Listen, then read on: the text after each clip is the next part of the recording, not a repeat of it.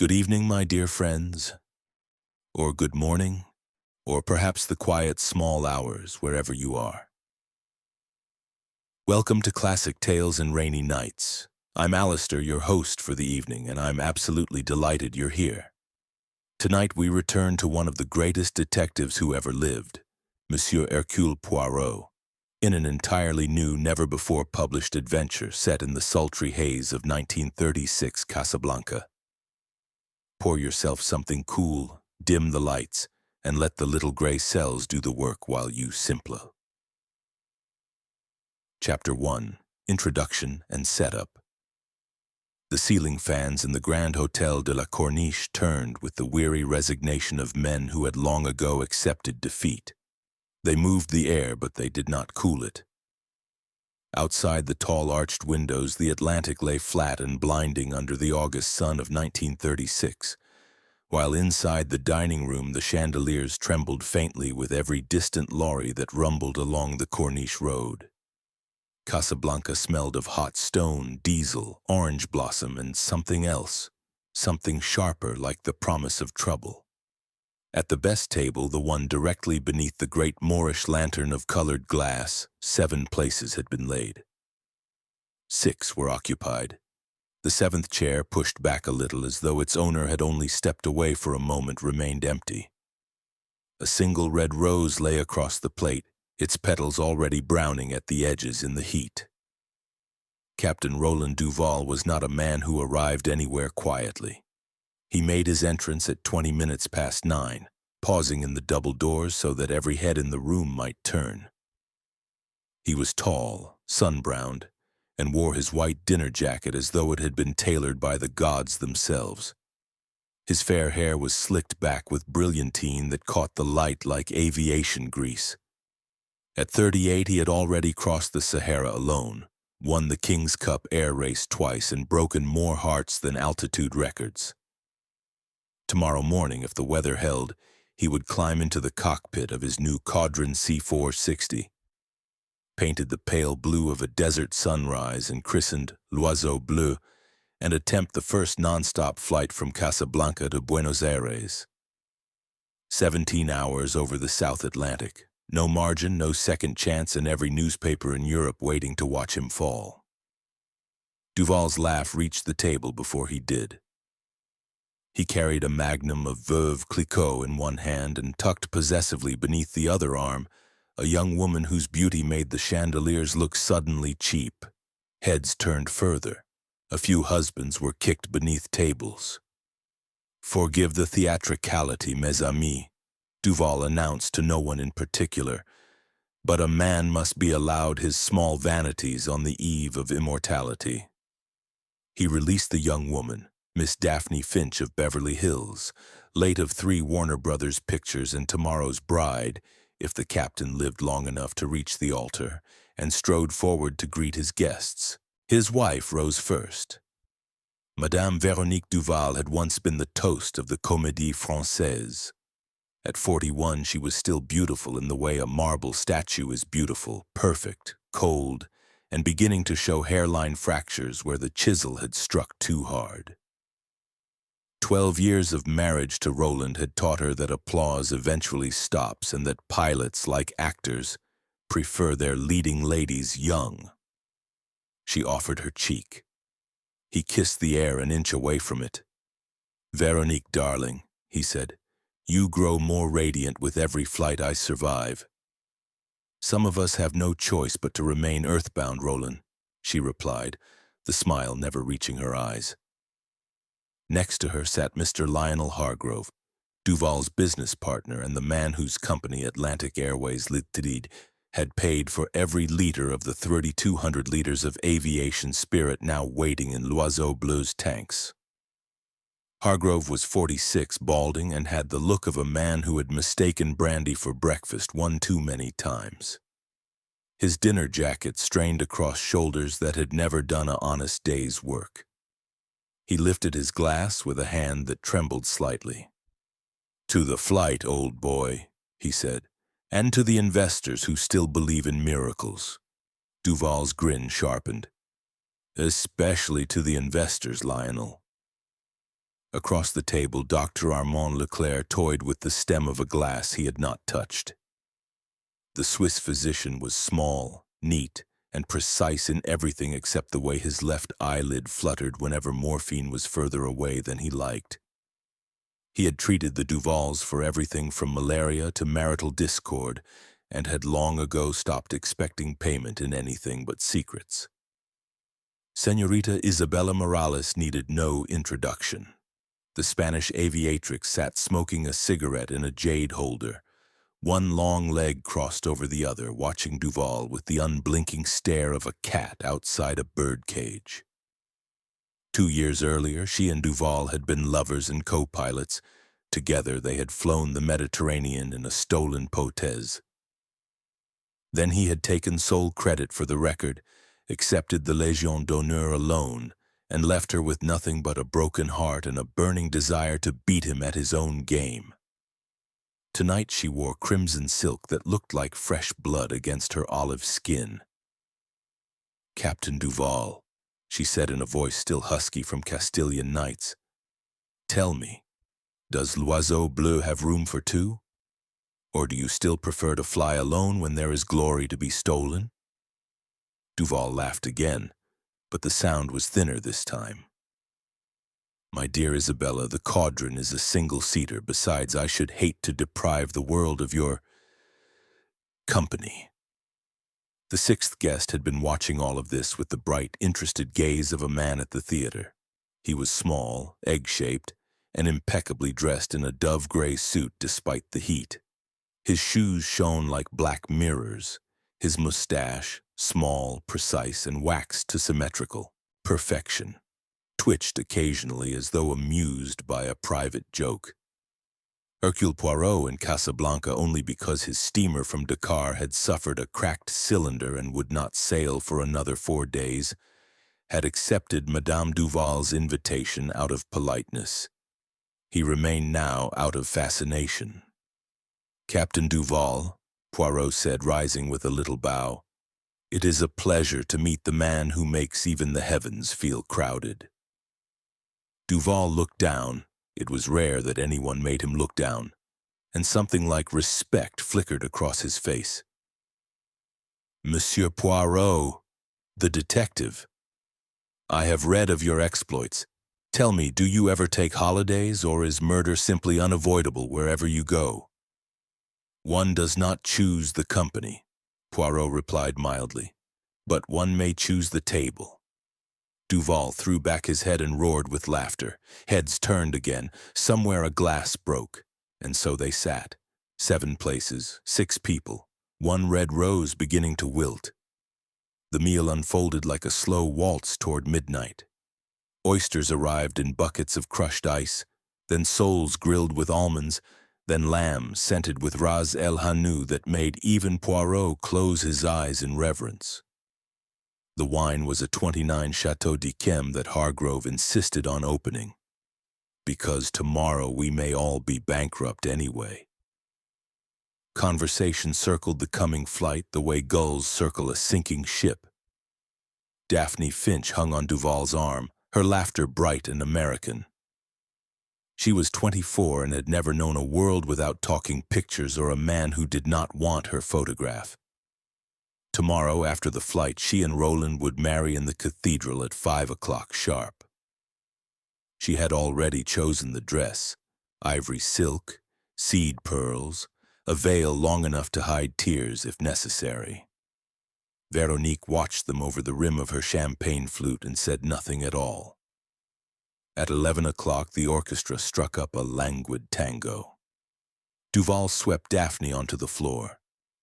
Isabella Morales followed with a French naval officer young enough to believe danger was romantic. Hargrove disappeared toward the bar. Dr. Leclerc excused himself to check something in his room.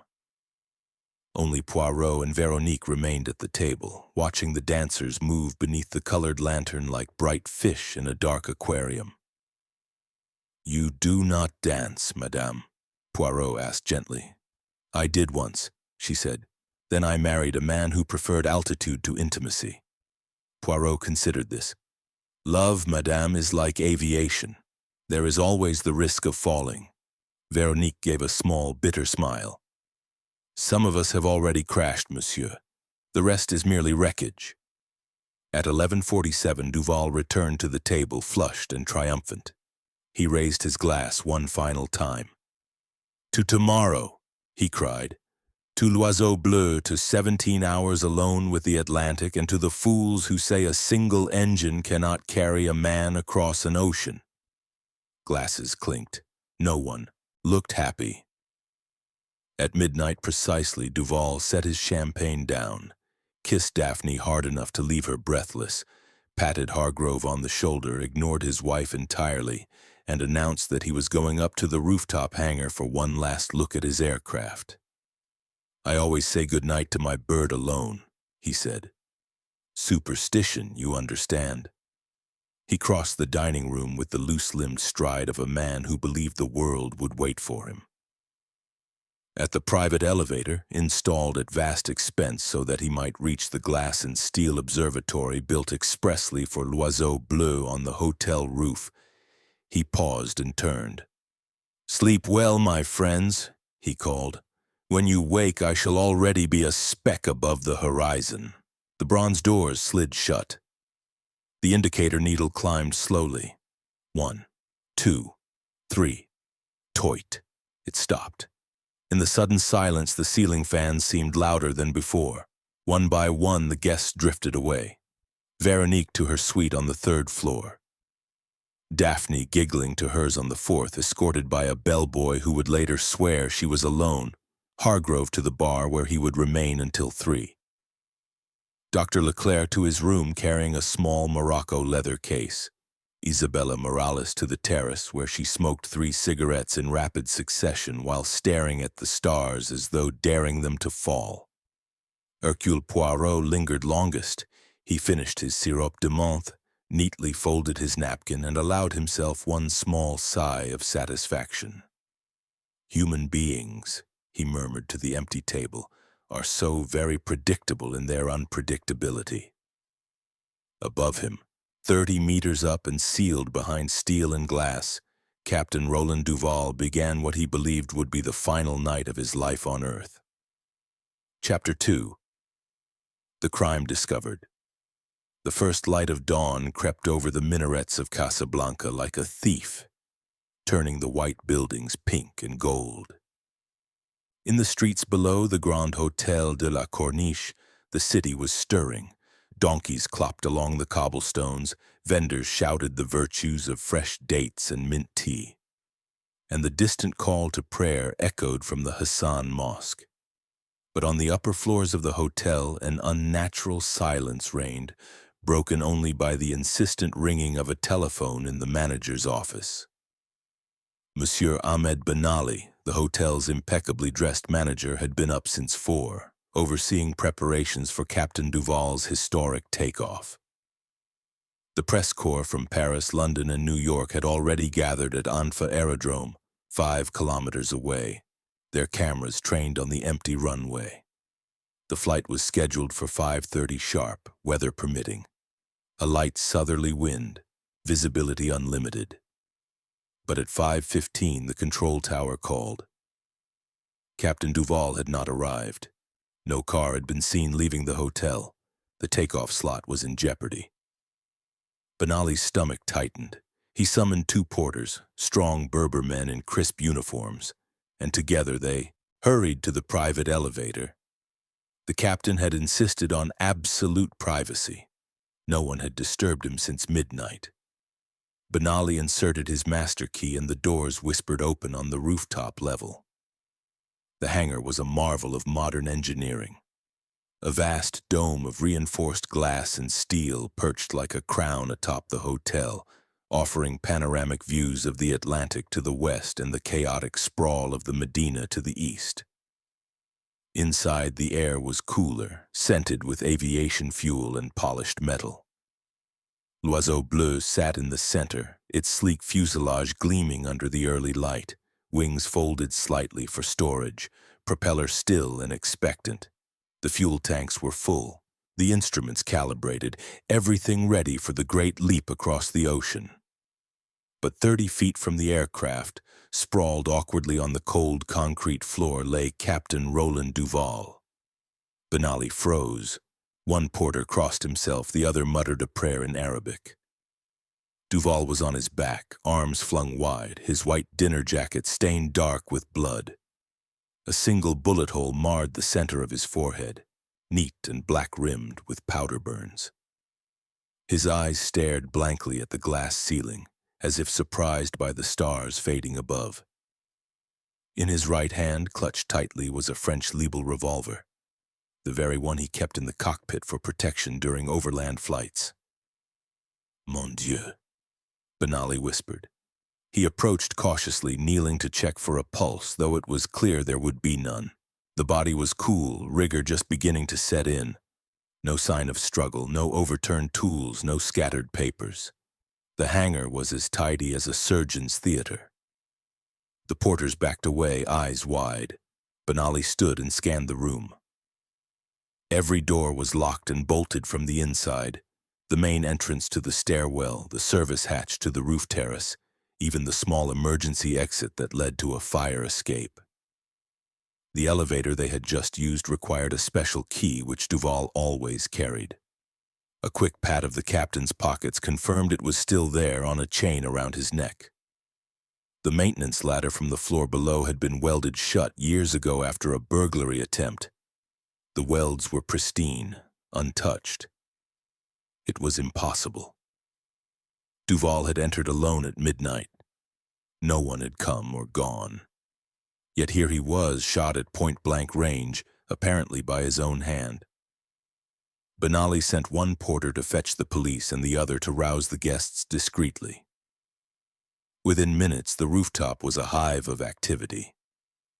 Inspector Karim El-Mansour of the Casablanca Sûreté arrived first, a burly man with a mustache like a broom and eyes that missed nothing. He cordoned off the area, dusted for prints, and pronounced it suicide before the body had even been photographed. The man was under pressure, El-Mansour said, lighting a Gauloise. The flight, the press, the women, he cracks, takes the easy way out, case closed. But word spread quickly through the hotel. The guests from the previous night's dinner gathered on the terrace below, peering up at the glass dome. Madame Veronique Duval arrived, pale and composed, wrapped in a silk robe. "Roland?"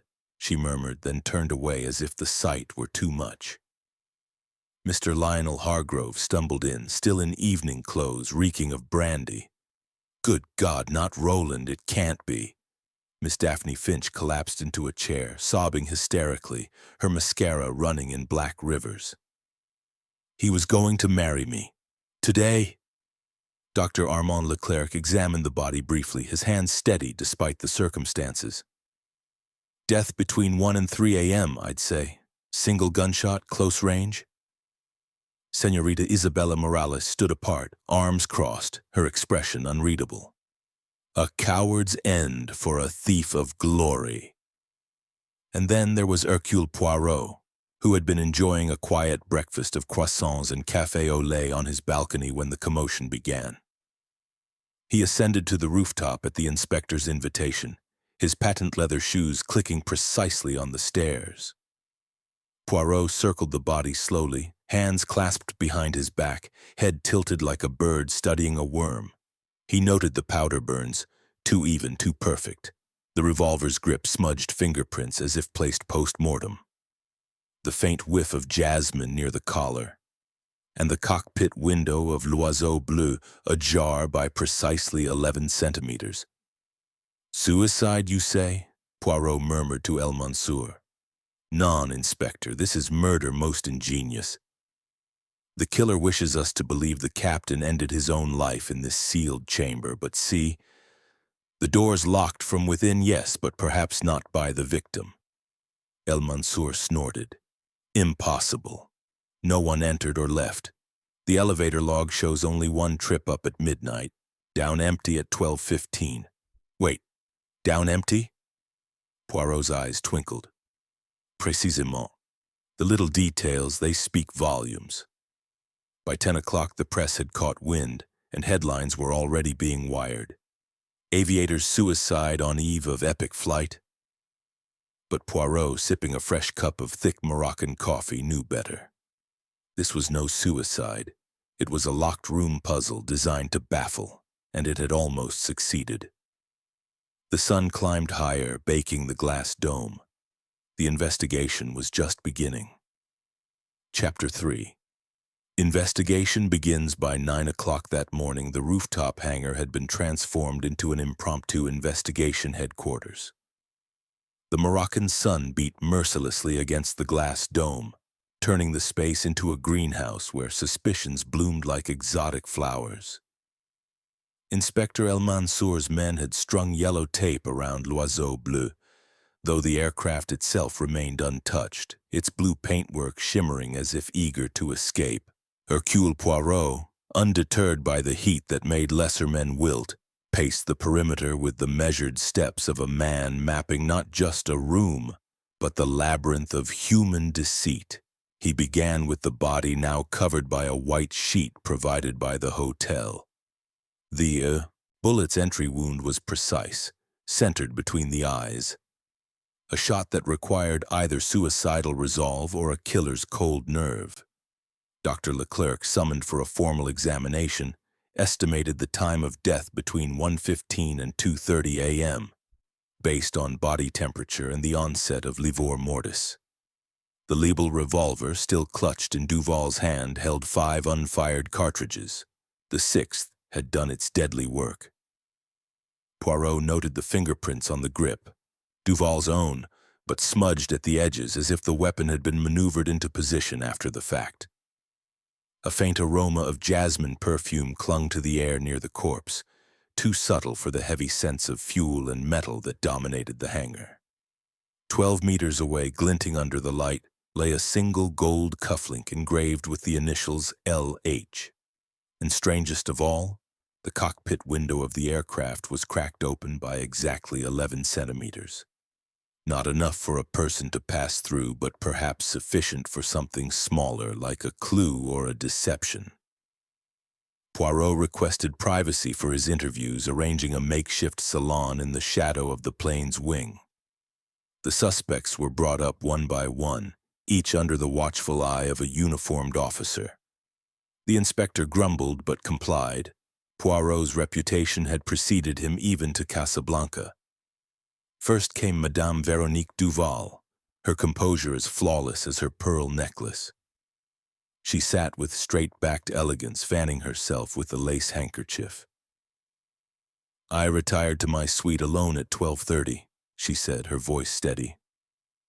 "Roland and we had separate rooms for years. His appetites were not confined to the dinner table."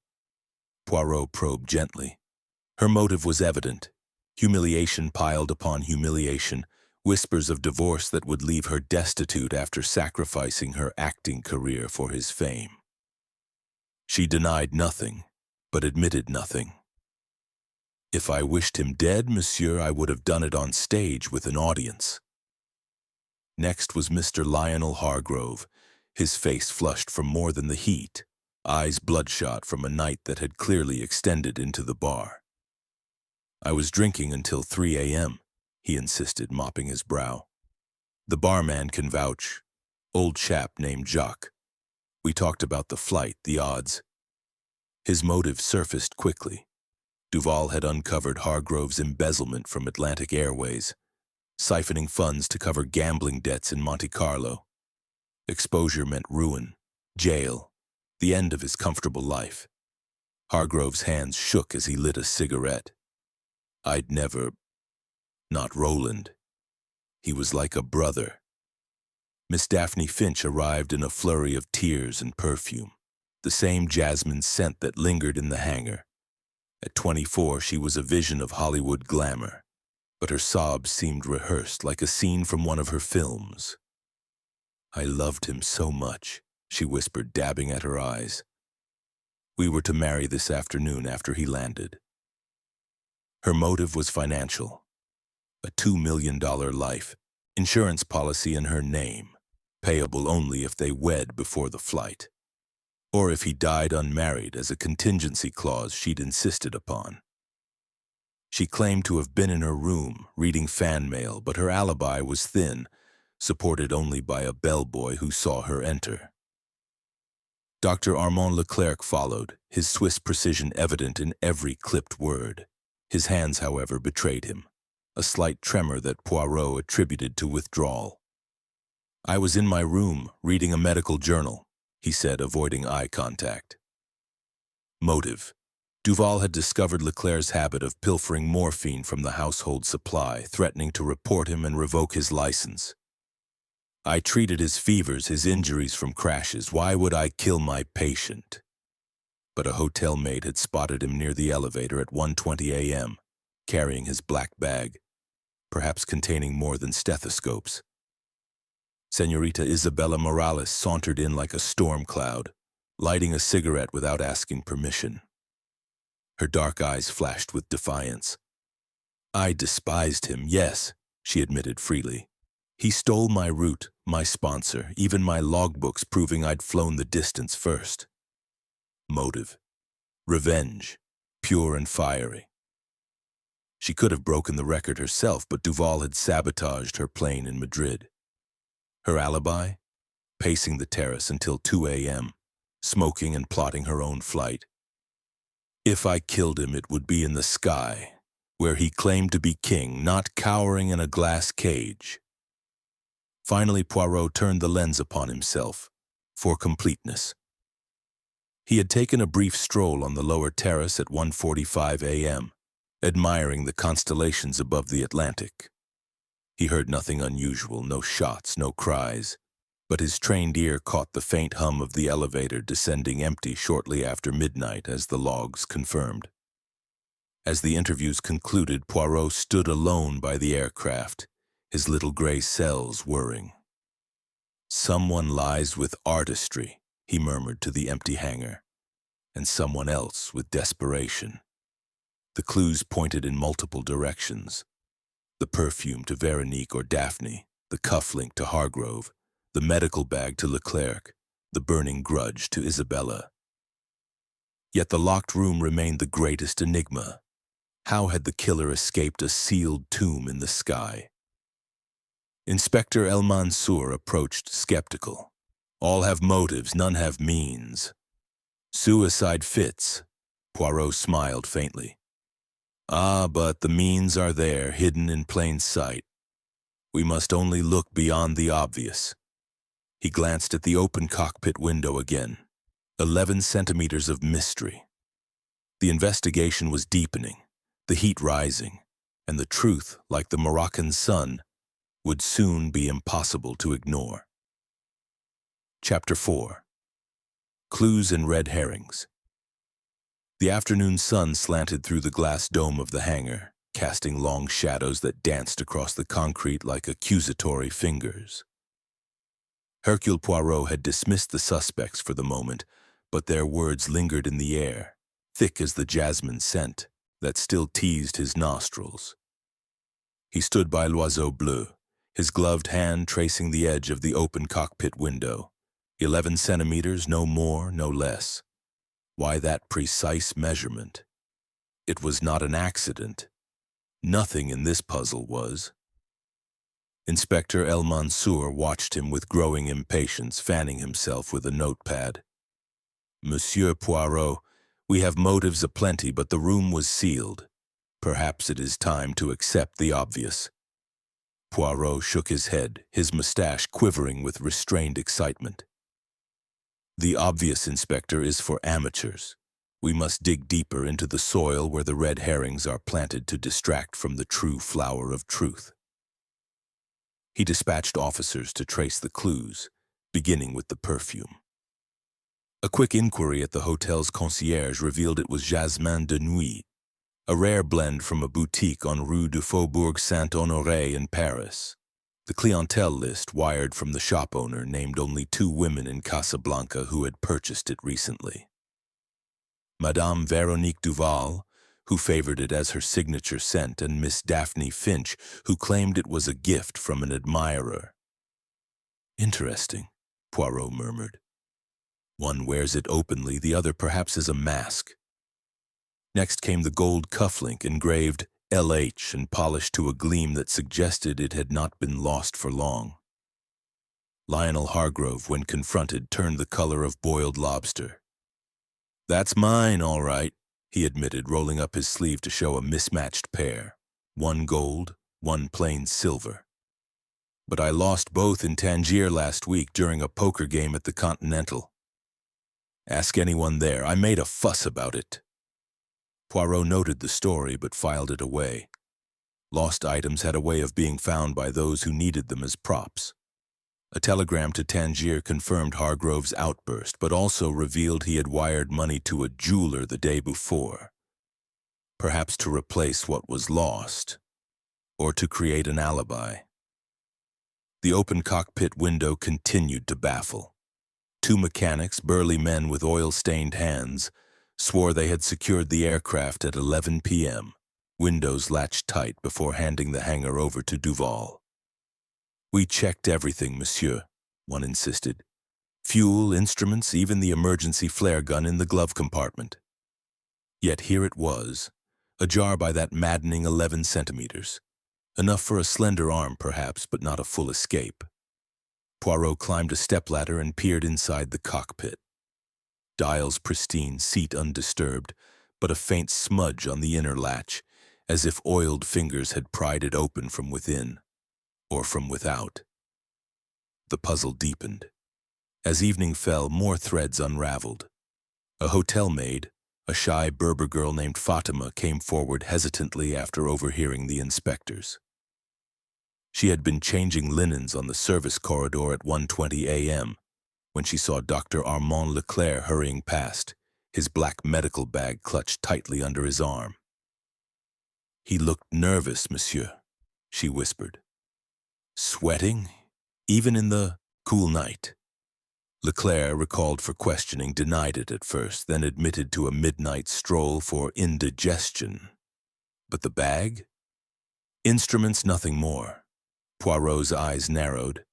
Morphine vials could fit neatly in such a bag, and a sedative might explain Duval's lack of struggle. Meanwhile, in Señorita Isabella Morales' suite, a chambermaid discovered ashes in the fireplace, unusual in the August heat. Fragments of burned paper were recovered, pieced together like a jigsaw. Words like altitude fraud and logbook forgery scrawled in Duval's hand. Isabella, confronted, laughed bitterly. "Those were my notes on his lies. He claimed my records were false, but I was burning them to forget the past, not to hide a crime. Yet the timing was suspicious. Why destroy evidence on the night of the murder unless it pointed back to her? The most intriguing clue emerged from the elevator key itself, still on its chain around the victim's neck. Under a magnifying glass, Poirot spotted a fresh scratch on the barrel, tiny but unmistakable, as if it had been jammed into a lock it didn't quite fit. "A duplicate," Poirot declared. "Made hastily, perhaps from wax impressions." The hotel locksmith confirmed it was possible. A skilled hand could craft one in hours. But who had access to the original? Duval guarded it jealously, yet any of the suspects might have borrowed it under pretense during the weeks leading up to the flight. As night descended, the red herrings multiplied like shadows in the Medina. Lionel Hargrove was caught attempting to slip out the service entrance, a packed valise in hand, bound for the Spanish zone in Ceuta. Detained by El Mansour's men, he blustered about business meetings, but his passport showed a one-way ticket to Rio. "I panicked," he confessed later. "With Roland dead, the company's ruined, debts everywhere." Daphne Finch, meanwhile, was overheard in the lobby offering a hefty bribe to a Reuters journalist to suppress stories about the insurance policy. "It's not what it seems," she tearfully explained. "I just wanted privacy in my grief." But the sum, 10,000 francs, suggested more than mourning. Madame Veronique Duval provided the crowning deception, a suicide note, produced from her jewelry box with theatrical flair. "I found it this morning, slipped under my door," she claimed. Written in Duval's looping script, it read, "Forgive me, my loves. I cannot face the failure." Poirot examined it under lamplight, his face impassive. The ink was fresh, the paper hotel stationery, but the handwriting, a forgery of exquisite skill. "Madame," he said softly, "this is a masterpiece, but the forger forgot one thing. Captain Duval always dotted his I's with a flourish like a tiny propeller. This has none." The local police, overwhelmed, pressed for an arrest. "Hargrove's flight attempt seals it," El Mansour argued. But Poirot merely ordered another sirop de menthe, his little gray cells churning. The clues pointed everywhere and nowhere. The perfume to the women, the cufflink to the partner, the bag to the doctor, the papers to the rival, the key to a hidden hand. And always, that 11-centimeter window mocking them all. The net was tightening, but the fish was slippery indeed. Casablanca's night deepened, the Atlantic whispering secrets below, as Poirot pondered the next move in this game of shadows. Chapter 5. Complications and twists. The third night in Casablanca arrived like a fever dream. The air heavier, the cicadas louder, the moon a thin blade above the Atlantic. The Grand Hotel de la Corniche had become a luxurious prison. Inspector El Mansour, under pressure from Paris to produce a solution before the international press declared the case unsolvable, had forbidden anyone to leave. The suspects moved through the corridors like ghosts in evening dress, each convinced the others were watching, each terrified that Poirot was watching most of all. At 1:30 in the morning, the silence was shattered by a scream from the 4th floor. Lionel Hargrove's suite. 2 Moroccan officers kicked in the door to find Hargrove sprawled across his bed, dinner jacket unbuttoned, a hypodermic syringe still dangling from the crook of his elbow. On the nightstand lay a folded sheet of hotel stationery. The message, scrawled in a shaking hand that was unmistakably his own, read, "I killed Roland. I cannot live with it. Forgive me." A glass of brandy had spilled across the carpet. The room smelled of liquor and bitter almonds.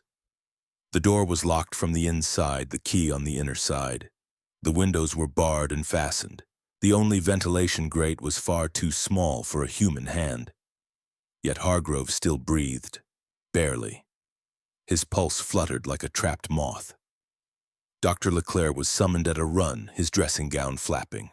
He worked furiously, adrenaline, artificial respiration, the cold efficiency of a man who had saved lives in alpine blizzards. Within 20 minutes, Hargrove was conscious, retching, eyes rolling white with terror. "I didn't write it," he croaked. Someone was in the room. Impossible. The officers had been posted in the corridor all night. No one had passed. Poirot arrived moments later, immaculate even at 2 in the morning.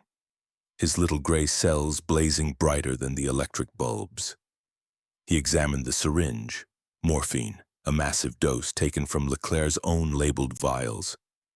He examined the note, ink still slightly damp, handwriting pressured but hurried. He examined the lock, the key, the carpet, the spilled brandy. Then he did something that made El Mansour swear under his breath. He smiled. "Another impossible crime," Poirot murmured almost with satisfaction. "And committed, I think, by the same hand that arranged our Aviator's dramatic exit. The murderer grows nervous, mes amis. Nervous murderers make mistakes." He gathered the remaining suspects in the ballroom at dawn, the great ceiling fans turning like slow propellers above their heads. The atmosphere crackled. Veronique stood pale and regal by the piano. Daphne wept into a lace handkerchief that smelled, Poirot noted, of jasmin de nuit. Isabella Morales smoked defiantly, the ash from her cigarette falling onto the marble like gray snow. Dr. Leclerc's hands trembled so violently he could not light his own cigarette. Poirot did it for him with a steady flame. "Last night," Poirot began, voice soft yet carrying to every corner, "someone attempted to silence Monsieur Hargrove forever and to give us a convenient confession at the same time. The locked room, the drug, the note, classic misdirection. But there is a thread that connects the two crimes, and tonight I intend to pull it." He paused, letting the silence stretch until it was unbearable. "Tomorrow evening, beneath the glass dome where Captain Duval died, I will reconstruct both crimes, step by step, gesture by gesture, using the very aircraft, the very revolver, the very morphine that were employed. I will show you exactly how an impossible murder and an impossible attack were committed by a flesh-and-blood killer who believed himself, herself, too clever for Hercule Poirot." He turned to the hotel engineer, a thin Frenchman with oil under his nails. "Monsieur Valmy, you will disable the rooftop elevator completely. You will weld the maintenance hatch a second time here in front of witnesses. From this moment until tomorrow night, no living soul will set foot in that hangar. The stage must be exactly as the murderer left it." Valmy nodded, impressed despite himself. Poirot faced the suspects again, his green eyes glittering. "I ask only one thing. Remain within the hotel. Attempt to flee and you declare your guilt to the world. The Moroccan police have ringed the building. The docks are watched. Even the pigeons, I think, are suspicious tonight." Daphne gave a small, hysterical laugh that broke like glass. Veronique lifted her chin. "We are not animals in a cage, monsieur." "Non," Poirot agreed gently. "You are players in a drama, and tomorrow the final act will be performed. After that, justice." That afternoon the heat broke for the first time in weeks. A storm gathered over the Atlantic, purple clouds rolling in like an invading army. Thunder growled in the distance. Inside the hotel the air was electric. Hargrove, recovering in the infirmary under guard, refused to speak. Isabella was seen pacing the roof terrace, staring at l'oiseau bleu as though daring it to reveal its secrets. Daphne locked herself in her suite and would not answer the door. Dr. Leclerc requested a double dose of sedative for his nerves and was refused. At dusk, Poirot stood alone on the lower terrace, watching lightning flicker above the dark water. The wind carried the scent of rain and something sharper, fear, perhaps, or anticipation. "Tomorrow," he said to the storm, "the little gray cells will have their triumph, and the murderer will learn that even the most perfect crime leaves footprints in the mind." Behind him, unseen, a curtain moved in an upper window. Someone was watching Poirot watch the sky. The net had been drawn as tight as it could be. One more night, and the trap would spring. Chapter 6. The Revelation. The following evening, as the sun dipped low over the Atlantic, painting the glass dome of the rooftop hangar in hues of crimson and gold, the suspects assembled once more beneath its arched expanse. L'oiseau bleu loomed behind them like a silent sentinel, its blue fuselage catching the dying light. Chairs had been arranged in a semicircle facing the spot where Captain Duval had fallen, now marked only by a faint chalk outline on the concrete. The air was thick with anticipation and the faint, lingering scent of aviation fuel. Hercule Poirot stood at the center, small and compact, his patent leather shoes gleaming, his mustache waxed to perfection. He twirled a silver-topped cane with deliberate slowness, allowing the silence to build until it pressed upon every ear like the heat of the Moroccan day. "Mesdames et messieurs," Poirot began at last, his voice soft yet resonant, carrying the weight of inevitability. "We gather here in the very chamber of death to unravel the threads of this most audacious crime. Captain Roland Duval did not take his own life. Non, he was murdered, shot at close range by a killer who then vanished from a locked hangar, leaving behind a puzzle designed to baffle the greatest minds.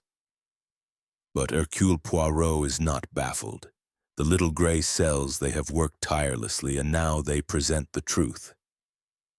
He paced slowly, his eyes sweeping over each face. Veronique's composed mask, Hargrove's flushed unease, Daphne's tear-streaked cheeks, Isabella's defiant glare, Leclerc's trembling hands clasped tightly in his lap. Inspector El Mansour stood by the elevator, arms crossed, a skeptical frown etched deep.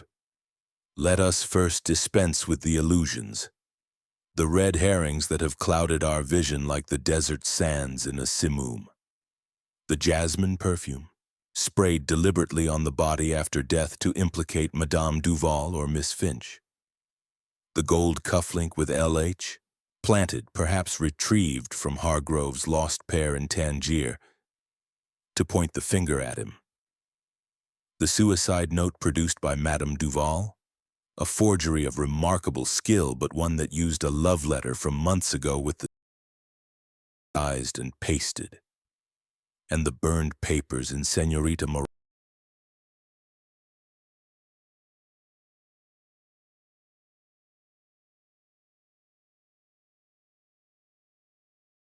His hand resting light cockpit window, that 11. Not a mistake, but the very door through which the impossible became possible. Now the sequence of events.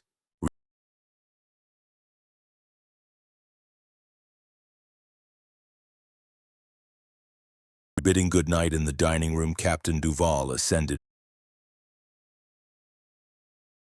but accompanied by his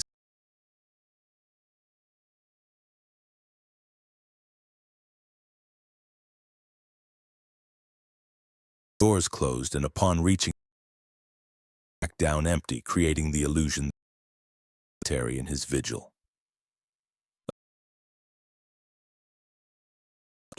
Hargrove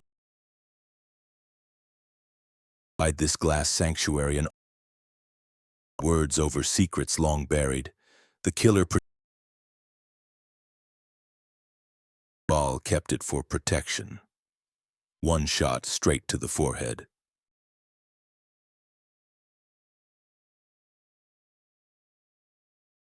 Meters above the city, with every door bolted from within.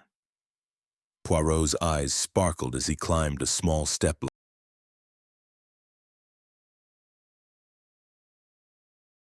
The maximum before an engaged, preventing wider access. Genius and the folly. The killer reached inside and placed a thin, strong silk cord, 40 meters long, weighted with a small grapnel at one end.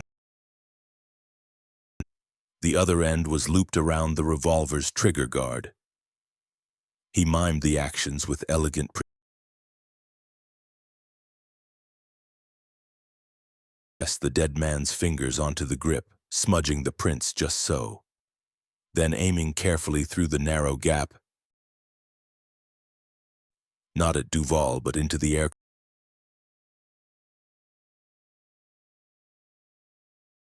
Or stepped forward, incredulous. A second shot? But we found only one spent cartridge. Poirot replied with a nod. The recoil, the revolver backward, dragged by the silk cord, through the 11-centimeter opening and into the cockpit, where it landed on the cushioned seat. The killer then reeled in the cord like a fisherman with from inside, using a simple loop on the latch, and no trace left behind, except the open window, which they could not fully seal without arousing suspicion. Veronique's hand flew to her mouth. But the doors, how did they? The elevator, madame, using a duplicate key crafted from wax impressions taken weeks earlier, perhaps during a routine visit. The original key was returned to Duval.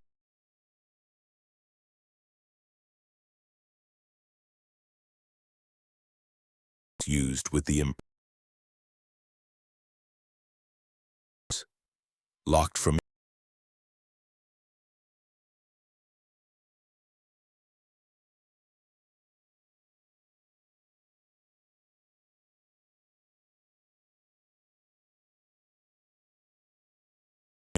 But who?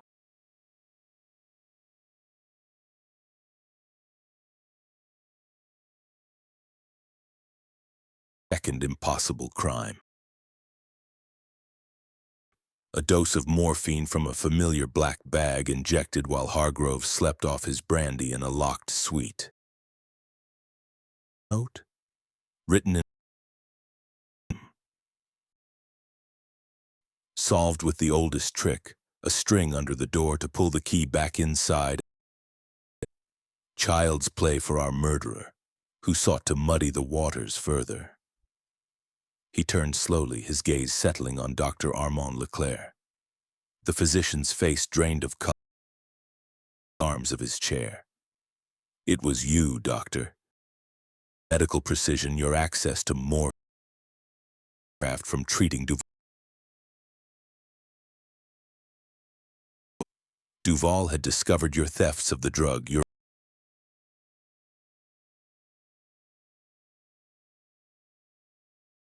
career, then crafted this theatrical impossibility. Leclerc shot to his feet, voice cracking. Poirot smiled gently, almost sadly. But I have all the proof, mon ami. The silk cord, hidden in your medical bag, stained with gun oil from the revolver. Concealed in the hollow heel of your left shoulder, slightly in your walk. And the crowning evidence, the cockpit voice recorder device installed secretly by Duval because he trusted no one. It captured everything. The argument, your voice pleading, the fatal shot, even your labored breathing as you reeled in the cord. El Mansour signaled his men. The elevator, but strong hands seized him before he could take more than 3 steps. He sagged, defeated as the handcuff. The human heart, Poirot said softly to the stunned assembly.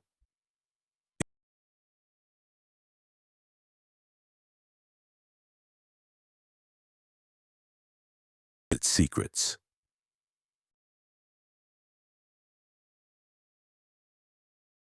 The case was closed, the aviator's face, but in the shadows of betrayal.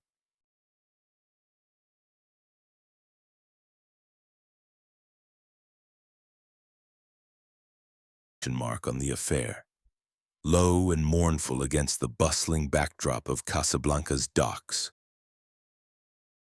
Stood at the railing of the Mediterranean. City recede into the haze. It was 3 days since the threads of justice, not of human complexity. The Moroccan sun, relentless as ever, with passengers.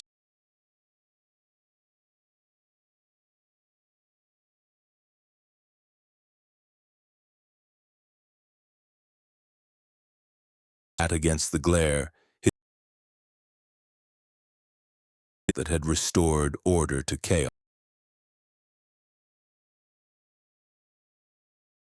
Rest, spilling out in the dim like a lanced wound.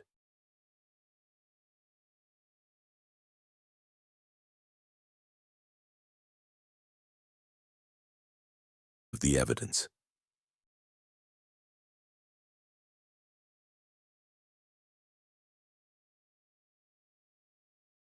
He, cleverly hidden in the heel of his shoe, bore the telltale imperfections of a hasty casting. But it was a device of waxed cylinders and clockwork installed by sabotage that sealed his fate. The recording scratched.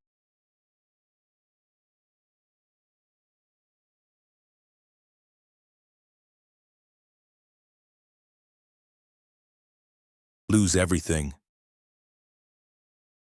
Cruel and dismissive. The gunshot followed, sharp as a whip crack, then labored breathing in the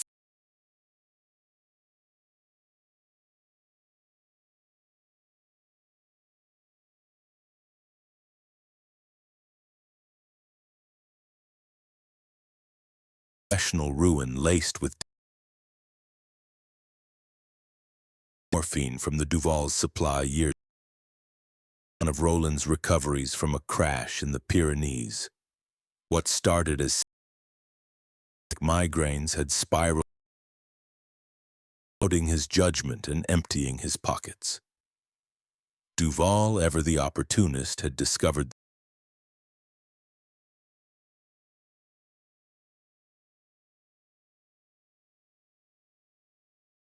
own indiscretions, even forged certificates for risky flight. To expose him to the International Medical Board just days. Said I'd never practice again, Leclerc sobbed. In Switzerland, a doctor's reputation is his life. I saw no other way. With the confession signed and witnessed, the loose ends were swiftly.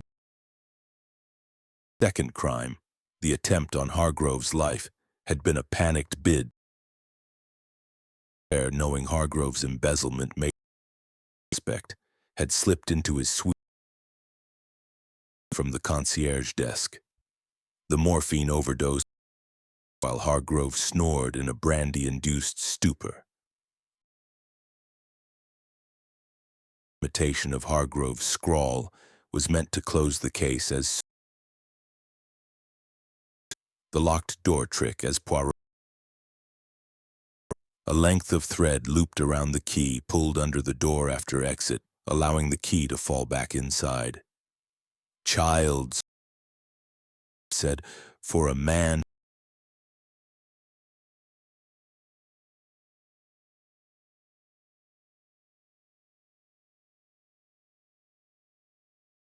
Madame Veronique Duval had allowed herself a single elegant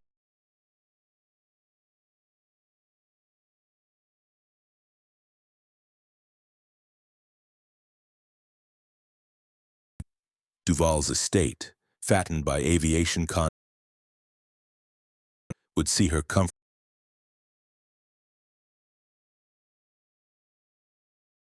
Thank you, Monsieur Poirot, she said coolly as he bid her farewell in the hotel lobby. Though part of me wonders if ignorance wasn't preferable to knowing.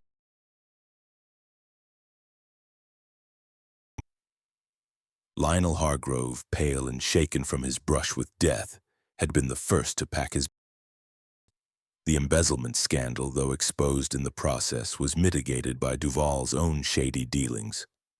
A quiet settlement with Atlantic Airways kept him out of prison, though his gambling days were over.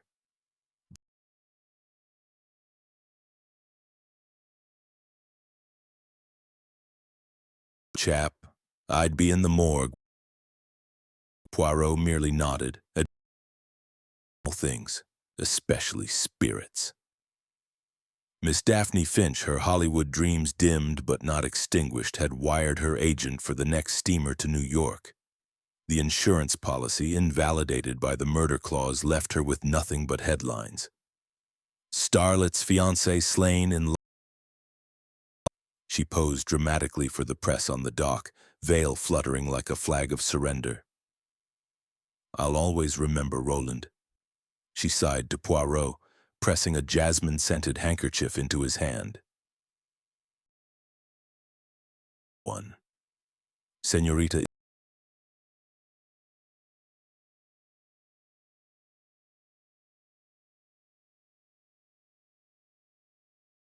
To recognize her unofficial.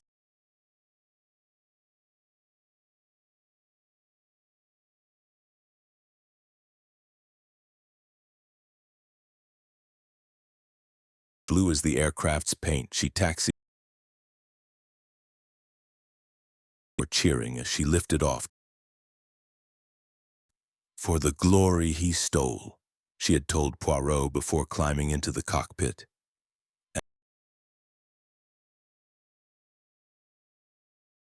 By wireless that she had shattered the record by 2 hours. Hero's welcome. Inspector El Mansour, I'm an unlikely admirer. You have taught me much, monsieur, he admitted over thick coffee on the terrace. In Casablanca, we see many shadows. Smile. It is the little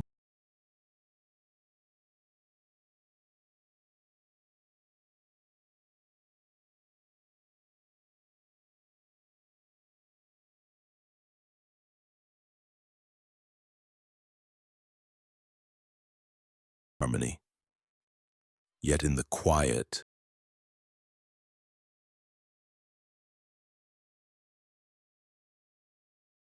fall to earthly sins. The heart, he murmured to the wind, it's than any machine and crashes hard. And the minarets faded into memory.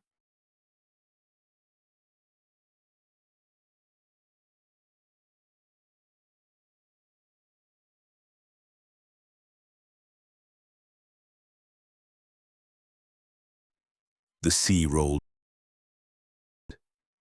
Chapter 8. Epilogue. The bluebird flies.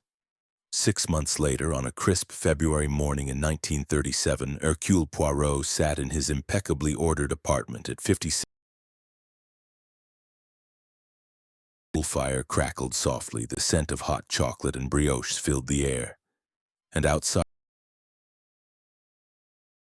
along the embankment, on the table before him lay a stack, each carrying front page. Señorita Isabella Morales, stepping down from L'Oiseau Bleu in Buenos Aires, helmet tucked beneath her arm, a smile of pure triumph. The headlines were unanimous. Morales shatters Casablanca woman to cross South Atlantic non-stop. Beatrix Poirot allowed himself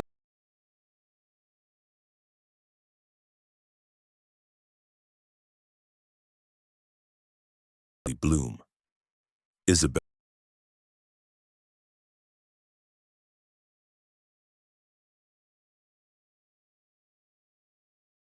Its cockpit voice recorder removed, its engine cowling repaired, the 11-centimeter mystery of the wind.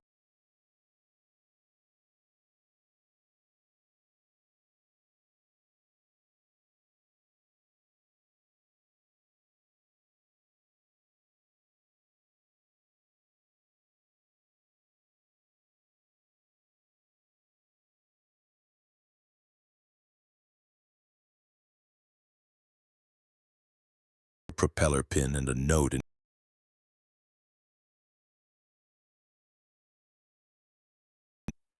wear this when you next fly, though I know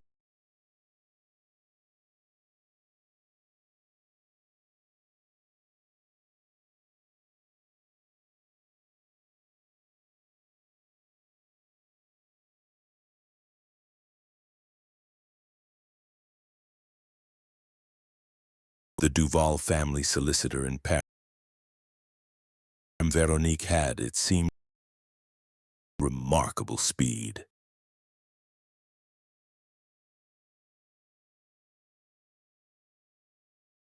Was rumored to be negotiating her memoirs with a publisher who specialized. The letter was brief and coolly gracious. The estate is settled.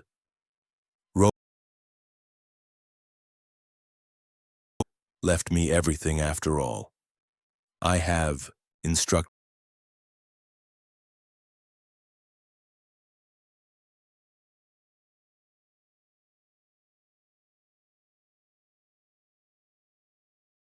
soundly nonetheless. A postscript. Daphne Finn.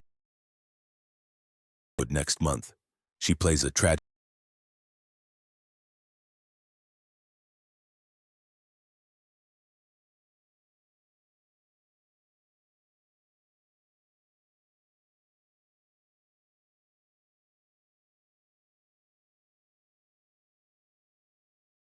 Casablanca, convicted of murder and attempted murder, and sentenced to life imprisonment at the penal colony in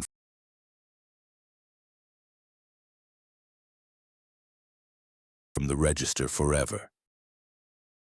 Almost curt, but Poirot between the lines. There would be no appeal, no visitors, no morphine to ease the long tropical nights. Justice, Poirot reflected, sometimes wore a harsher face than mercy. He rose, crossed to the window, and watched the snow swirl over the Thames.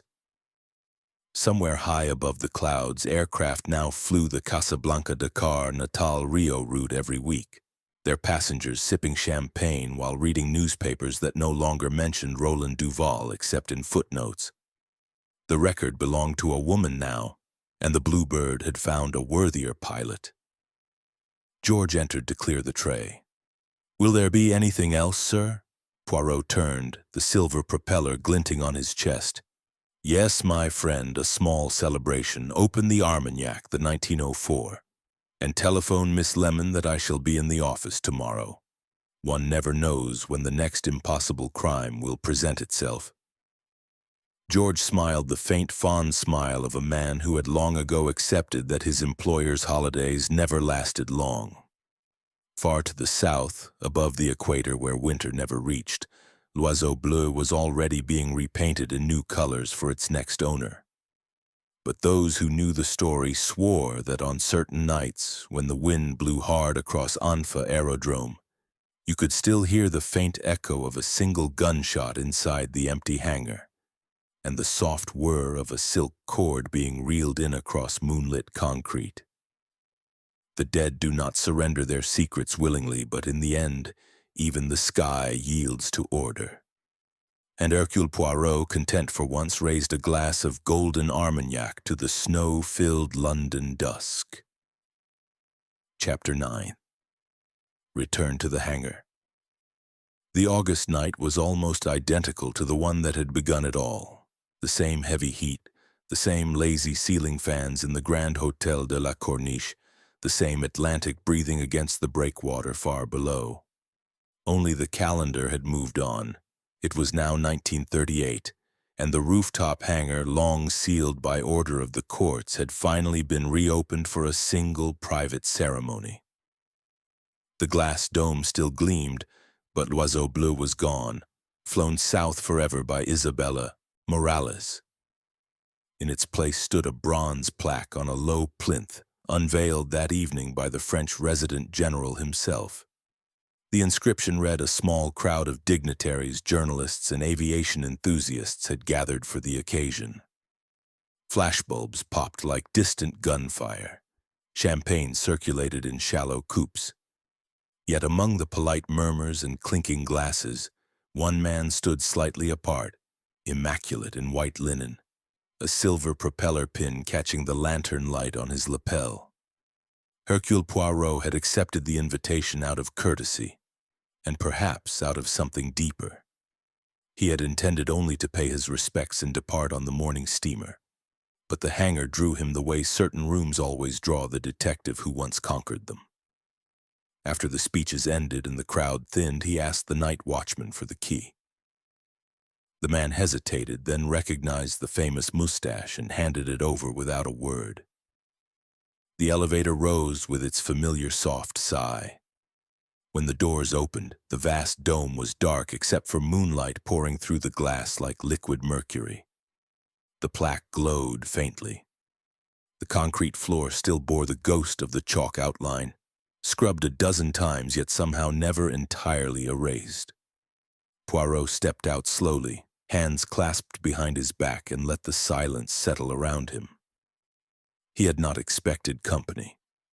A woman stood in the shadow of the plinth, veiled in black lace, a single red rose in her gloved hand. Véronique Duval turned as the elevator closed behind him. For a moment they regarded each other across the empty space where her husband had died. "Monsieur Poirot," she said at last, her voice unchanged, cool and precise as cut crystal. "I thought I might find you here." "Madame," he replied with a small bow. "One does not often revisit the scene of one's triumphs, but sometimes the scene revisits us." She laid the rose at the base of the plaque. The petals looked black in the moonlight. They say grief fades, she murmured. They lie. It merely changes color. Poirot moved closer, his shoes making no sound. And yet you came alone tonight. Alone is how I have always been, even when married. She lifted her veil. The beautiful face was thinner now, the eyes older than time. I sold the last of Roland's trophies last month, the cup from the King's Cup race. A collector in Buenos Aires paid a fortune. Isabella Morales sent me a photograph of it displayed beside L'Oiseau Bleu in the museum there. She wrote, "He would have wanted it this way." I wonder if she truly believes that. Poirot considered. Señorita Morales flies now for Spain, I hear, carrying medical supplies across the lines in the Civil War. Courage has found a worthier master. Veronique gave a faint, humorless smile. Courage, yes. And you, monsieur, do you ever doubt the justice you delivered here? The question hung between them like incense. Doubt? Poirot echoed softly. No. Certainty is the gift and the burden of my profession. Dr. Leclerc confessed with his own lips. The evidence was complete. Yet, he glanced toward the empty place where the aircraft had stood. Yet one understands that justice does not always bring peace. Sometimes it only removes the noise. She looked at him for a long moment. Do you know what I remember most? Not the gunshot, not the scandal. I remember the night before when Roland kissed the air beside my cheek and called me radiant. He lied beautifully to the end. A breeze stirred high in the dome, rattling a loose pane of glass. Somewhere far below, the orchestra in the ballroom struck up a slow tango. Veronique lowered her veil again. I leave for Paris tomorrow. There is talk of a new play, A Widow Who Solves Crimes. They say it could run for years. Poirot's mustache twitched in amusement. The public has a taste for irony. She moved toward the elevator, then paused. Tell me one thing, monsieur.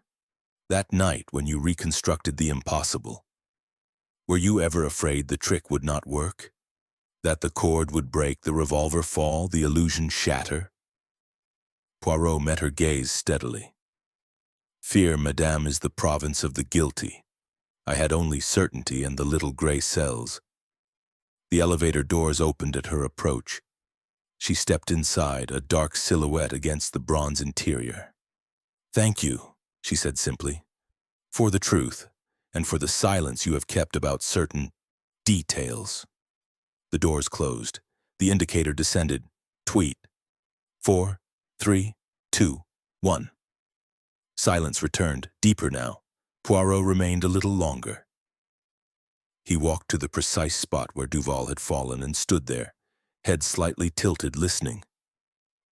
The hangar was empty, yet it felt full of ambition, betrayal, the roar of engines that would never start again. At length he spoke softly to the moonlight. You wished to conquer the sky, mon capitaine. In the end, the sky was indifferent, but the earth, the earth remembers. He placed a small white card on the plinth beside the rose. On it, in his neat small handwriting, were the words, Order and method, even in memory. Then he straightened, adjusted his hat, and took the elevator down for the last time. Outside, the night was vast and starlit. Somewhere high above, an aircraft droned southward, navigation lights blinking like slow red heartbeats. Poirot watched it until it vanished beyond the minarets. Another case, another city, another ghost laid to rest, not by forgiveness, but by understanding. He walked slowly down the Corniche road toward the lighted hotel, hands clasped behind his back, the silver propeller pin glinting with every step. The blue bird had flown on, carrying its secrets into legend. And Hercule Poirot, content with the symmetry of things, allowed himself the faintest of smiles. The night at last was quiet. Chapter 10. Echoes of the little gray cells, the train rattled through the Swiss Alps. snow-capped peaks flashing past the window like frozen sentinels. It was April 1939, and Hercule Poirot sat in the first-class compartment of the Orient Express, en route from Istanbul to Calais. His journey had been one of minor inconveniences, a misplaced ticket, a drafty berth, but nothing to disturb the order he so cherished. Across from him, a young American couple argued in hushed tones about honeymoon destinations. Beside him, an elderly baroness dozed with a novel splayed across her lap. Poirot sipped his tisane, the herbal infusion steaming gently, and allowed his mind to wander back to Casablanca, as it often did on quiet travels. A telegram had arrived that morning at his hotel in Constantinople, forwarded from London. The sender was Inspector Karim El Mansour, now promoted to chief of the Casablanca Sûreté. The message was brief, coded in the formal French of official correspondence. Leclerc escaped Guyana, stop recaptured Brazil, stop mentioned you in final confession, stop details follow, stop regards. Kem Poirot folded the paper neatly and tucked it into his waistcoat pocket. Escape from Devil's Island was rare. Recapture even rarer. He pictured Leclerc, thin, broken, the tremor in his hands now a full quake from years of deprivation. What final words had the doctor uttered? A curse? A plea? Or something more revealing? A loose thread from the Aviator's fate that even Poirot had overlooked. The train plunged into a tunnel, the compartment plunging into momentary darkness. In that void, Poirot's little gray cells ignited. He recalled the hangar, the silk cord, the 11-centimeter window. All perfect, all explained. Yet in Leclerc's confession there had been a hesitation, a flicker when asked about the second shot. It embedded in the cowling, he had said, but his eyes had darted left toward the aircraft's tail. Poirot had dismissed it as nerves. Now in the rumbling dark, doubt crept in like mountain mist. When the light returned, Poirot pulled out his notebook, a small leather-bound volume with pages as orderly as his mustache. He sketched the hangar layout from memory. The dome, the elevator, l'oiseau bleu centered like a stage prop. The bullet's trajectory from Duval's forehead back through the window into the engine. But suppose the recoil had not been straight. Suppose the cord had snagged. No, the physics were sound. Poirot had tested it himself with a similar setup in his London flat, using string and a toy pistol. It worked flawlessly. The Baroness stirred, her novel sliding to the floor. Poirot retrieved it politely, a lurid thriller titled Death in the Clouds. He smiled inwardly at the coincidence. Madame, your reading is most apropos for a man like me. She blinked awake, adjusting her spectacles. You are a reader of mysteries, monsieur?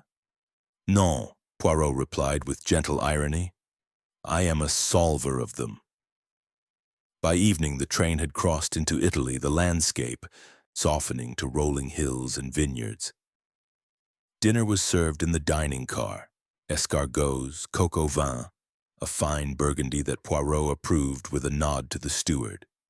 Seated alone at his table, he was approached by a tall, elegant woman in emerald silk, none other than Daphne Finch, now Mrs. Daphne Hargrove, if the society pages were to be believed. Monsieur Poirot, she exclaimed, her American accent unchanged, though her eyes held a new wariness. What a small world, or a small train. Indeed, madam. Or should I say Mrs. Hargrove? She slid into the seat opposite, uninvited but graceful. Lionel and I married last year in Monte Carlo of all places. He swore off gambling, you know. Now he runs a small charter flight service out of Nice. Crop dusting mostly. Dull, but safe.